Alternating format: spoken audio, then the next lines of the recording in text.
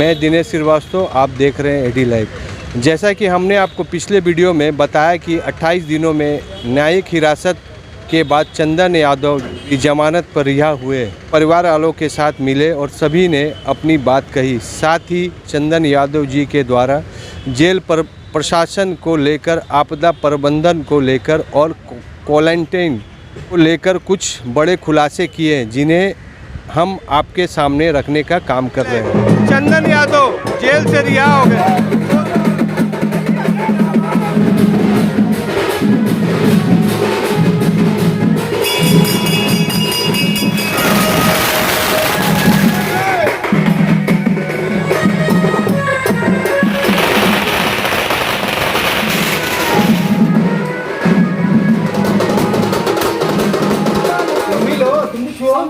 सामने देखिए।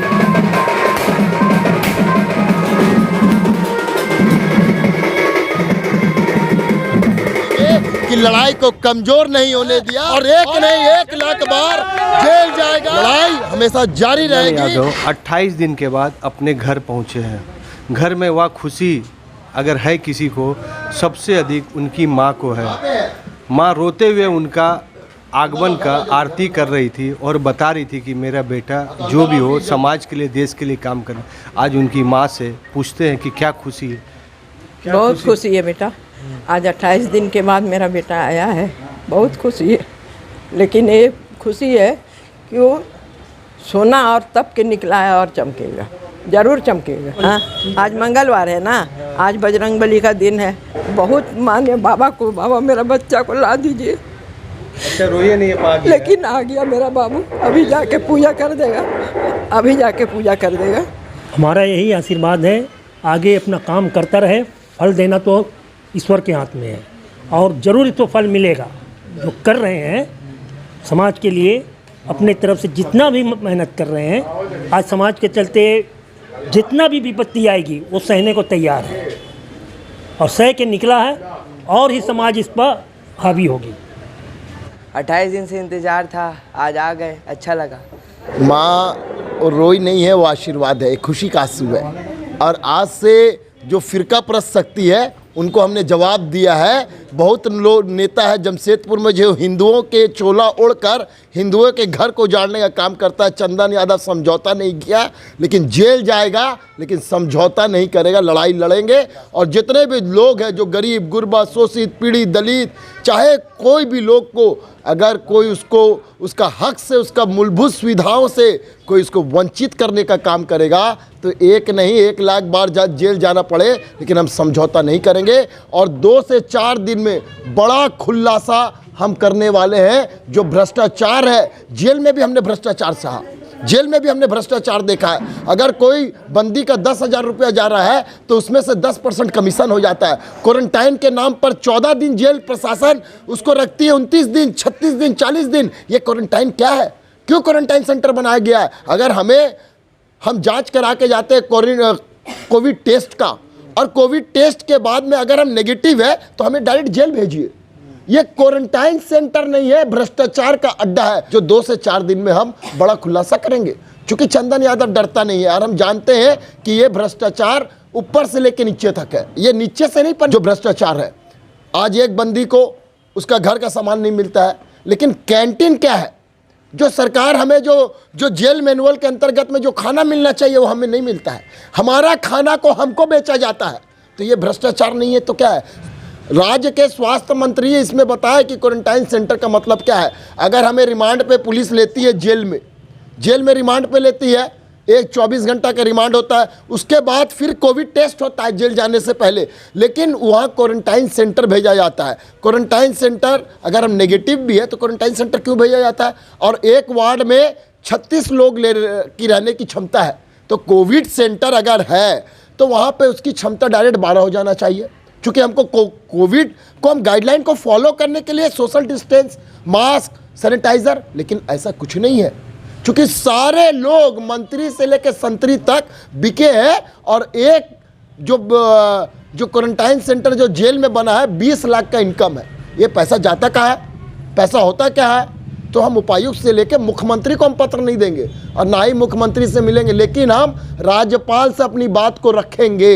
और ज़रूर रखेंगे और उच्च स्तर इसकी जांच हो। हमारा पैसा मेरे घर वाले 2000 रुपया भेजते हैं तो उसमें 10% क्यों कटता है? आखिर ये 10% किसके जेब में जाता है? जेल प्रशासन बताए, आपदा मंत्री बताए, स्वास्थ्य मंत्री बताए। चूंकि सारे लोग जो जेलर से लेके सुपरिटेंडेंट है, जमादार है, जो भी जमशेदपुर आता है वो मोटी रकम ऊपर दे के आता तो नीचे के लोगों से लूटता है। बहुत सारा ऐसा बंदी है जिसको उसका सुविधा उसको नहीं मिलता है। हमें अगर तबीयत खराब होती है और हमारा स्वास्थ्य गड़बड़ होता है तो उसमें जेल मैनुअल के अंतर्गत में हमको 24 घंटा में एडमिट करना है। लेकिन आज तक हमारा कोर्ट का डिसीजन था, कोर्ट उसमें निर्णय देता है कि चंदन यादव का मेडिकल रिपोर्ट बनाया जाए और मेडिकल में अगर वो अस्वस्थ है तो एमजीएम में इलाज कराया जाए। हमें 28 दिन लग गया जेलर को इलाज कराने में, सुपरिटेंडेंट साहब को इलाज कराने में, इलाज नहीं हुआ। हमारे जैसे लोगों का ये हाल है तो आम बंदी का क्या होता होगा, क्या परिस्थिति है? चूंकि जेल भी एक लूट का अड्डा बनाए हुए ये लोग चाहते हैं कि 2 जेल बने, एक क्वारंटाइन वाला जेल जहाँ पे खाली माले माल है। आप अगर वहाँ कोई बंदी उसकी आवाज़ उठाता है तो जो महात्मा गांधी ने जो अंग्रेज़ों की जो काला पानी की सज़ा थी, मतलब 20 डंडा मारा जाता है, 50 डंडा मारा जाता है, उसका टेलीफोन को बंद कर दिया जाता है। इसका क्या मतलब है? घर में टेलीफोन वो नहीं कर सकता है, उसकी आवाज़ को बंद कर दिया जाता है। आखिर क्यों? ये सब का जिम्मेदार कौन है? अगर हम अपना घर पे फ़ोन करते हैं तो एक फ़ोन का 100 रुपया लगता है। कहाँ है जिला का प्रशासन? क्या चंदन यादव आवाज़ उठाता तो जिला का प्रशासन जेल भेजती है? जेलर चोरी कर रहा है, सुपरिटेंडेंट चोरी कर रहा है, जमादार चोरी कर रहा है, उसको कौन जेल भेजेगा? और हम इसकी लड़ाई लड़ेंगे। बकरी का बच्चा चंदन यादव नहीं है, शेर का बच्चा है। एक नहीं 100 बार जेल भेजो। हम तो सीएस पे रिपोर्ट मांगते हैं कि सीएस के पास जब हमारा कागज गया और स्वास्थ्य मंत्री तक हमारा कागज गया और ये 28 दिन में हमें कुछ हो जाता तो उसका जिम्मेदार कौन होता? कौन होता उसका जिम्मेदार? हमारा खाना हमको नहीं दिया जाता, हमारा खाना हमें बेचा जाता है कैंटीन के नाम पे। 5000 रुपया कैंटीन का है, कोई भी सामान 10 का सामान 50 है। जो रंगबाज है उसका चिकन घुसता है, मटन घुसता है, गांजा घुसता है।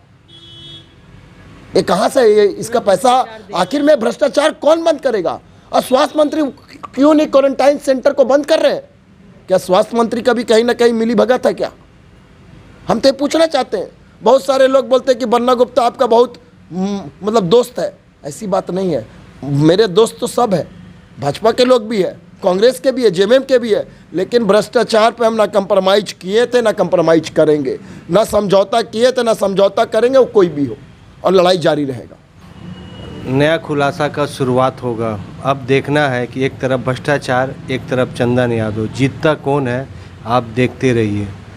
एडी लाइव का वीडियो को लाइक कीजिए, चैनल को सब्सक्राइब कीजिए और बने रहिए एडी लाइव के साथ।